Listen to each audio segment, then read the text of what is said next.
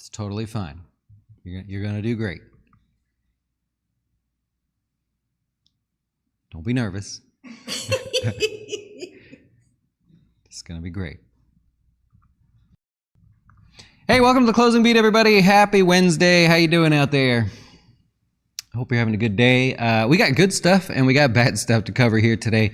We're financial advisors at Jazz Wealth, and we got Lucky Louie with me here today, and maybe a special guest for you as we've been a little bit late on Guess the Dow, right? So Cody's been out of town, and to announce the Guess the Dow winner today, we have a special guest. I'm going to tell you, don't mess with this person now. You do not want to mess with this person. She'll kick you out, right? She'll just send you on your way. But she's going to help us with Guess the Dow. So let's knock it out, right? We're anxious to see who the winner is. Tell us, Mama Jazz, who the winner is for today. Whenever you're ready. Okay, last week's winner is Kevin Schultz. Kevin Schultz. What did he do? Did he go? Is he a client? Now he chose, so he's getting a $100 gift card, right? Yes. All right, nice. Congratulations, Kevin. Okay, now the leaders for this coming week: David L, Bev T, Chris H, Chun L, and Nathan M. Nathan M there. Where'd we close here today? 36,079. David L is the closest without going over. Very close, actually. Got a nice little spread there, so I like it. Anybody in particular you want to win? Bev. You want Bev to win? Yes. Why Bev? The only female in the group. Oh, okay. All right, we're going female on that one. Well, there you go. We got Guess the Dow there. Congratulations, Kevin. And good job there, Mama Jazz, taking the reins today. I love it. We're all good. You may go home now. All right. Hey, so we're talking about the stock market here today, and congratulations, Kevin, of course. But we have a couple interesting things going on. First of all, I want to say thanks for watching the commercials, by the way. For whatever reason, we're making a little bit more money with the old YouTube here these days, and we could use it because we're doing a whole office trip this weekend to get the furniture for the new office that we're in here and just finally wrap that up. So thank you for watching the commercials before, after, or whenever. I don't know. I watch commercials for the people I like, so I appreciate that. As far as the stock market goes here today, the S&P. We actually kind of noticed this a couple days ago. I mentioned that the VIX was actually showing a little bit of a spike while the market was moving higher. Why was that? It's because we obviously know this is all extended here. So the VIX actually gets credit for signaling the drop ahead of time. But if you're looking at the S&P here today, you do have a little bit of a pullback. The biggest one we've seen in a couple days. It's nothing, by the way. It's not a big pullback, so don't go getting all excited just yet. But we're working on it, so looking good there. The reason for it, we have inflation. Inflation numbers are looking rough, man. Total inflation up about 1% just since last month. So I don't know what to tell you here. 0.94%. Here's the inflation month over month numbers. If we were to zoom out just a little bit, you can see that that's going to put us at a new high. And in fact, if you look at inflation here for where we currently stand year over year, we're at 6.2%. Look at the max. I'm going to go out as far as I can here. If you look at the bottom, you're seeing we're going all the way back before 1925. That's how far back we're going. If you look in this area, 6.2%, how far do you have to go back before we've seen inflation this much? Some of you weren't even born yet. We got to go all the way back over here to about 1990, 1991 since we saw inflation peak. Briefly peak at 6.2729, right in there. So we're basically, what is that, 30 plus year highs. Not looking too good there. Trouble is, it's gas, food, meat, poultry, fish, eggs. You don't have to take my word for it. Take a look. So here's the actual numbers coming out. We're going to look at this column here. Really nothing fell, right? You got meat, poultry, fish, and eggs up 11%. All food up 6.2%. Food away from home up 5.3%. Energy, fuel, we know that's a problem, right? 59% increase compared to last October in terms of fuel for that makes oil. Gas for your cars up 50% basically. Electricity, utilities up 28%. Apparel, you don't want to be buying clothes right now, man. New vehicles up 10%. Used cars now up 26%. These are nasty numbers here, right? Oddly, medical care down a little bit. Tobacco, alcoholic beverages up 2%. Oh man, right?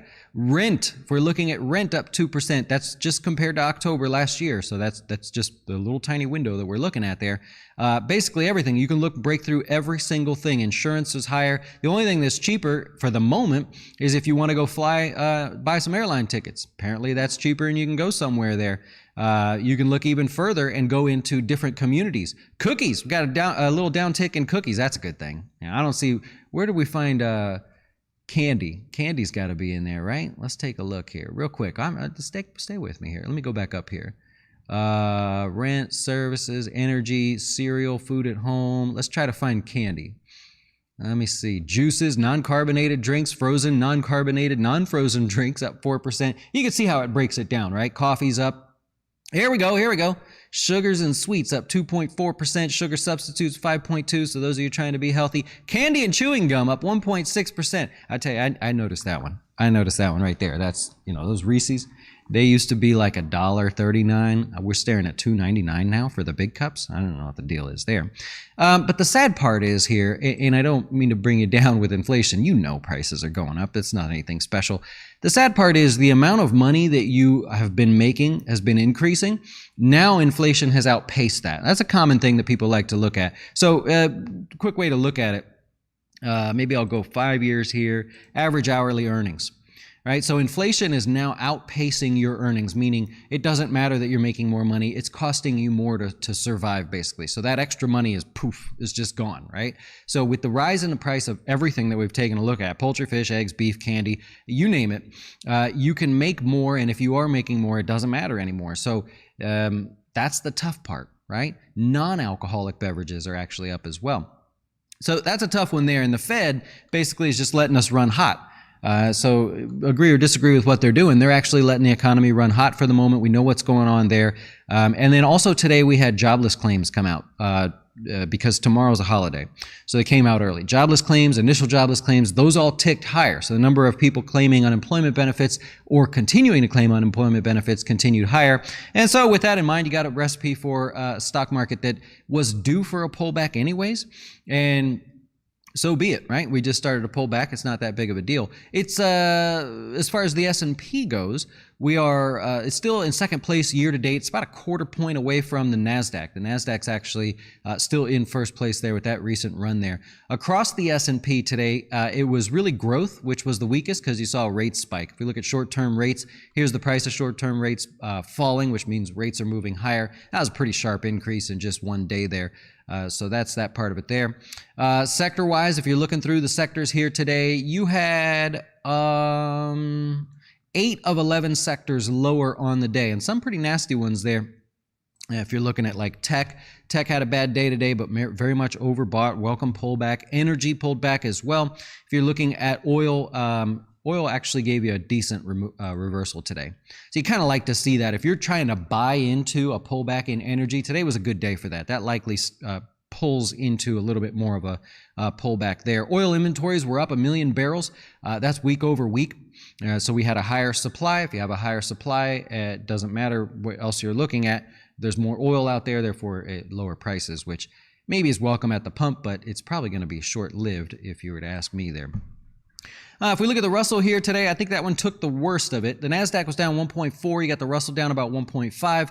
After this breakout here from this long range, you welcome that, right? That's not anything to be scared of. That's a welcome pullback in the making right there. So you like to see that one there. It was across the board, by the way. The Russell growth value index, all of it was lower on the day. You got about a 7% breakout there over the last 1 month. Totally cool for it to pull back. I have no problems there. In the S&P, you got a couple stocks. Moderna, a little bit lower on the day. Moderna says that they own the patents and the rights to the COVID-19 vaccine. Well, the NIH says, we sent 3 government officials to you guys, and it was our understanding that that was a bit of a teamwork effort. And so the government says, we actually own part of those patents.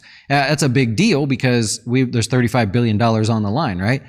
So the government's saying, hey, actually, we're going to go ahead and control that. And Moderna saying, no, we made it. We're entitled to the revenue from that. So you got the stock down just a little bit on the day. What I find interesting is that in the reports of them bickering back and forth, the NIH says, wait a minute, 4 years ago, we sent you those people to start working on the COVID-19 vaccine. 4 years. What? That seems like an odd number. Was that a typo? 4 years ago, we already started working on this vaccine? That's a little bit weird. Nonetheless, if you're looking at Moderna, that's one of the reasons you're going to see it lower on the day.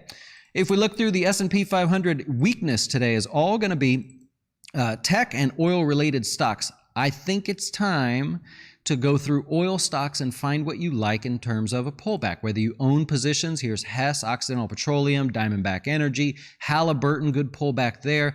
Baker Hughes pulling back. You want to look at some of those stocks maybe to get your, get your watch list ready for hopefully the next rally there if we get one. A couple other stocks that lower on the day.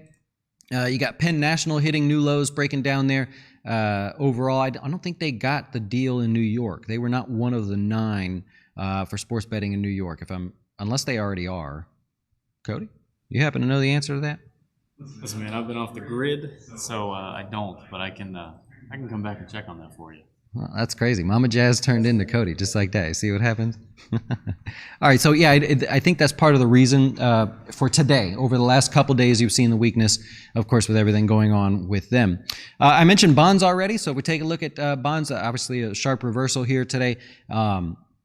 You have continued support in this area, and it likely stays that way because the Fed keeps their hand on bond prices, right? They're basically saying that's it. We don't want rates rising here at the moment. You've got everything factored in: Fed tapering, rate hikes. It's all still talked about there, but it's helpful for stocks, and so that's what is going on there. Rivian goes public.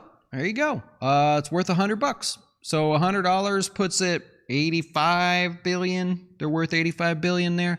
Remember, I kind of pointed out I've got a little problem with that, because if we back this out here, when was the point that Tesla was worth that much money? You have to go, now we're talking 85 billion. January 2020, right? So January 2020. So for all the questions that I got about Rivian, do you buy it? Do you own it or whatever? I don't look at stocks within 200 days of their IPO. But here's the thing. What do you think you're going to miss out on? So Rivian doesn't produce much at the moment, but they have big plans and they have great leadership, actually, so I'm not knocking them. They did $1 million in revenue over the last quarter, but they'd already lost $1 billion. So they're in that growth phase. Tesla did the same thing. They lost money for a while. Amazon, by the way, made $18 billion on the deal, and Ford made about $8 billion on the deal with that valuation, because they both own part of Rivian. So let's think about this for a second. If you're thinking, hey, is now the time to buy Rivian? Do I need to get in on this? Is this the next Tesla? When did Tesla really start growing? When was the point where the biggest growth was worth your investment? Here's Tesla, right? And I'm just going to overlay a basic earnings, right? Just basic earnings. I'm going to go like this. There you go. So they lost money for a while. Anything below is zero, right? Anything below this line right here. So they're not making any money, turning the tide a little bit. Okay, not too bad. Getting better. They're not losing as much money. They start making a profit. We know how all that went. Then the stock really takes off. There's your 100+% gains, your 700% in a year and all that stuff. So imagine Rivian now. They're down here. They're losing incredible sums of money at the moment. Maybe wait until the tide changes. Even if you wait until they start showing less and less losses, a series of quarters with less and less losses, maybe that's the time you say, okay, this thing might be working. Maybe it's worthwhile. Their management did their thing. These people were brilliant. They're going to make it happen. Maybe that's the time. Do you have to jump in on day one at $100, $87 billion valuation?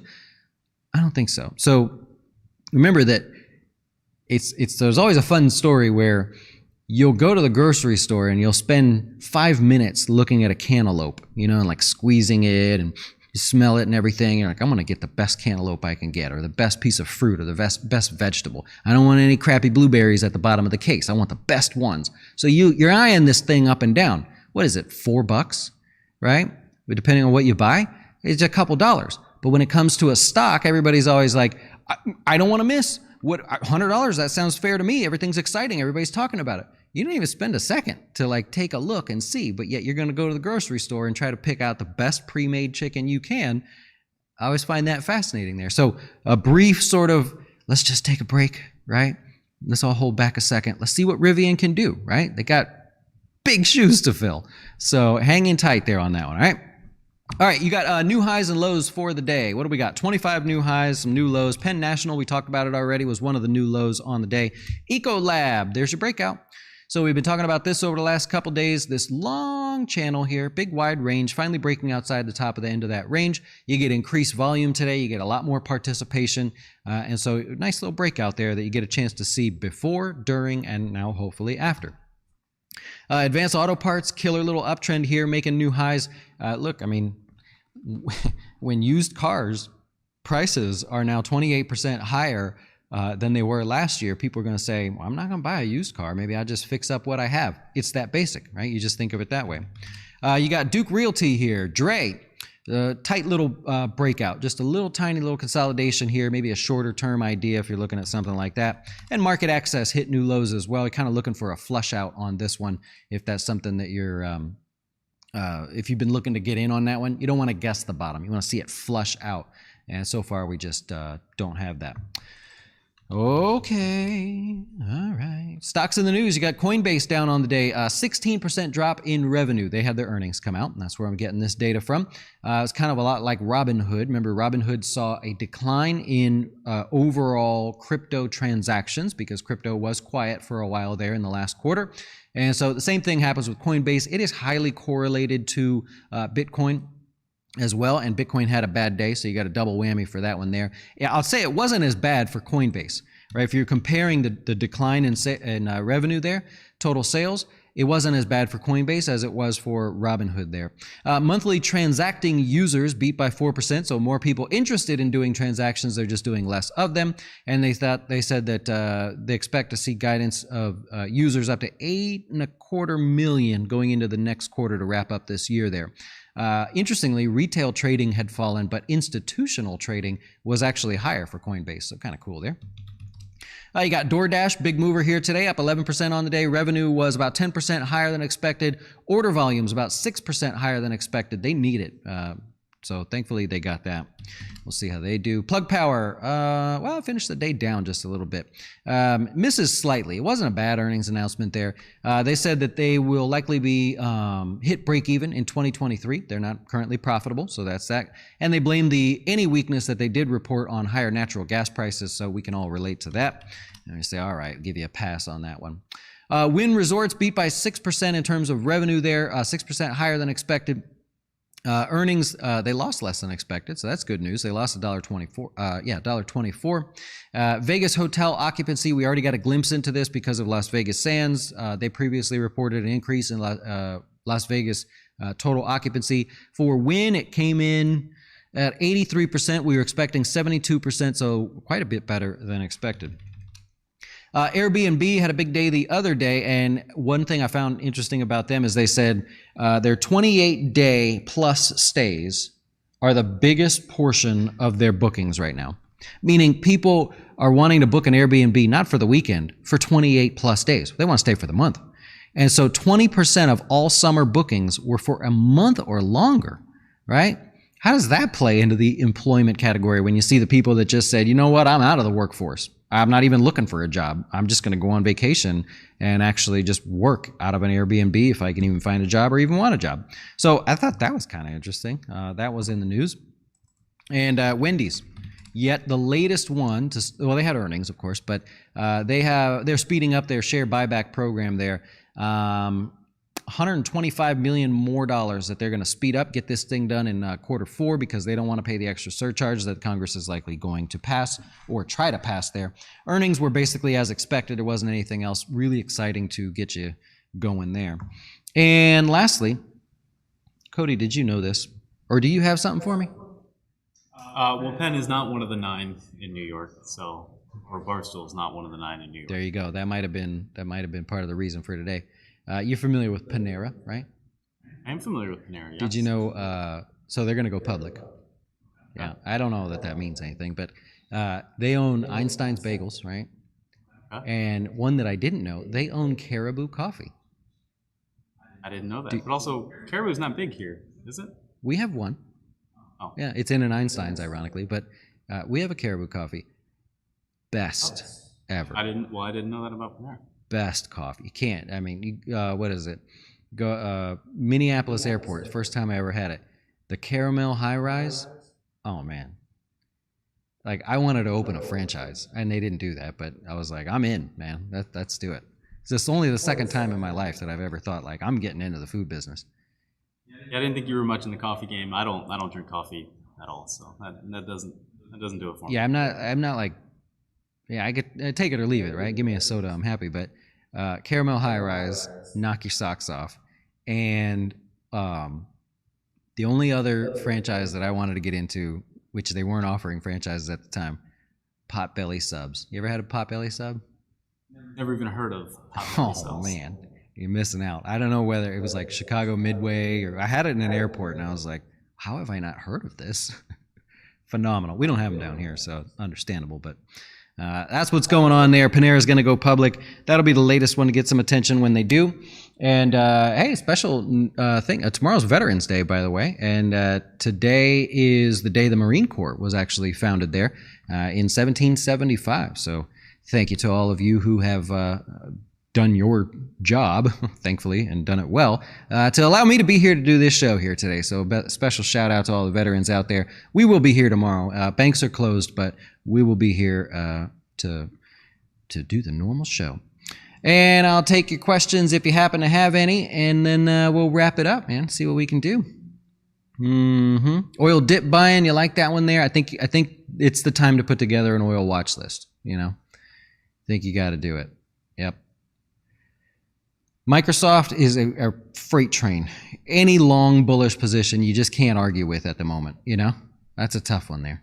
It's hard to assume you're going to find any top on that one, so I like that. Yep. You'd love to own a Dollar Tree? Yeah, well, especially if you're going to start selling things for $1.50 and stuff, you know?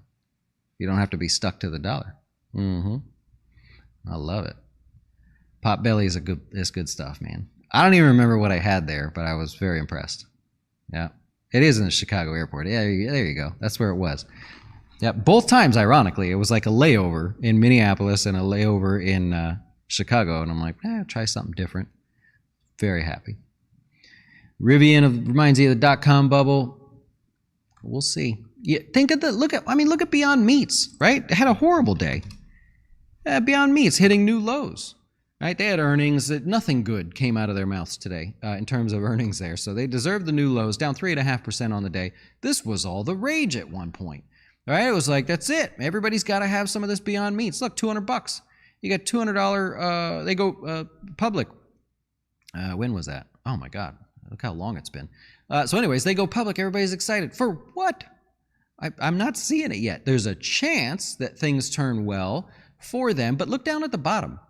What if we just waited for them to lose less? They're not losing less. They're losing more, right? A little stretch there. They lose 28 cents, 34 cents, 42 cents, 31 cents. Looks like a seasonal sort of adjustment there. They lose 87 cents. They're not even moving towards making a profit, and yet that was all the excitement. I don't know about Beyond Meats. Don't know what they do. I guess McDonald's likes them now, and you got to invest in them. Let's stop for a second. Same with Rivian. Just hang out. You won't miss it. You know what I mean? You won't miss it. You'll be fine. Oh, the Potbelly secret's out, man. Yeah. Oh, man. Yeah. Don't like gold now, do you? Gold's a tough one. I did a class on that one. We talked about using gold as a hedge against inflation or just an investment. How does that actually, when's the best time to invest in gold? And it's definitely not the type of thing you want to just buy and hold. For the most part, it's a tough one. Yep. Oh yeah, there's a lot of competition, and a lot of competition coming for Rivian, right? With Lucid, now they're pricey. That I don't know how Lucid's gonna do. I'm on the fence with them. I was talking to a client about that. I don't know about Lucid just yet, but Rivian, I'm like, what's the rush, right? Why are we so hurry here? Oh, and Tyson, you're right, Doc. Tyson had a great competitive product there. I think that did quite well with all the different tastes and the Impossible Burger and stuff. All right, it's competition. They're not doing great either. Yeah, well, I did it. I think that's all I got for you here today. Excited about the Caribou thing, though. I hope Panera going public. Maybe you guys get excited about that. You invest in them. Maybe they put one across the street. I don't know. When one lands over there, maybe I visit a couple times. Who cares about inflation? I'll pay $10 for a coffee. It's that good. I don't know. All right, you guys enjoy the rest of your day. I will quit rambling. We'll be back tomorrow to do this all over again, and let's see how we do. Enjoy your day. Adios.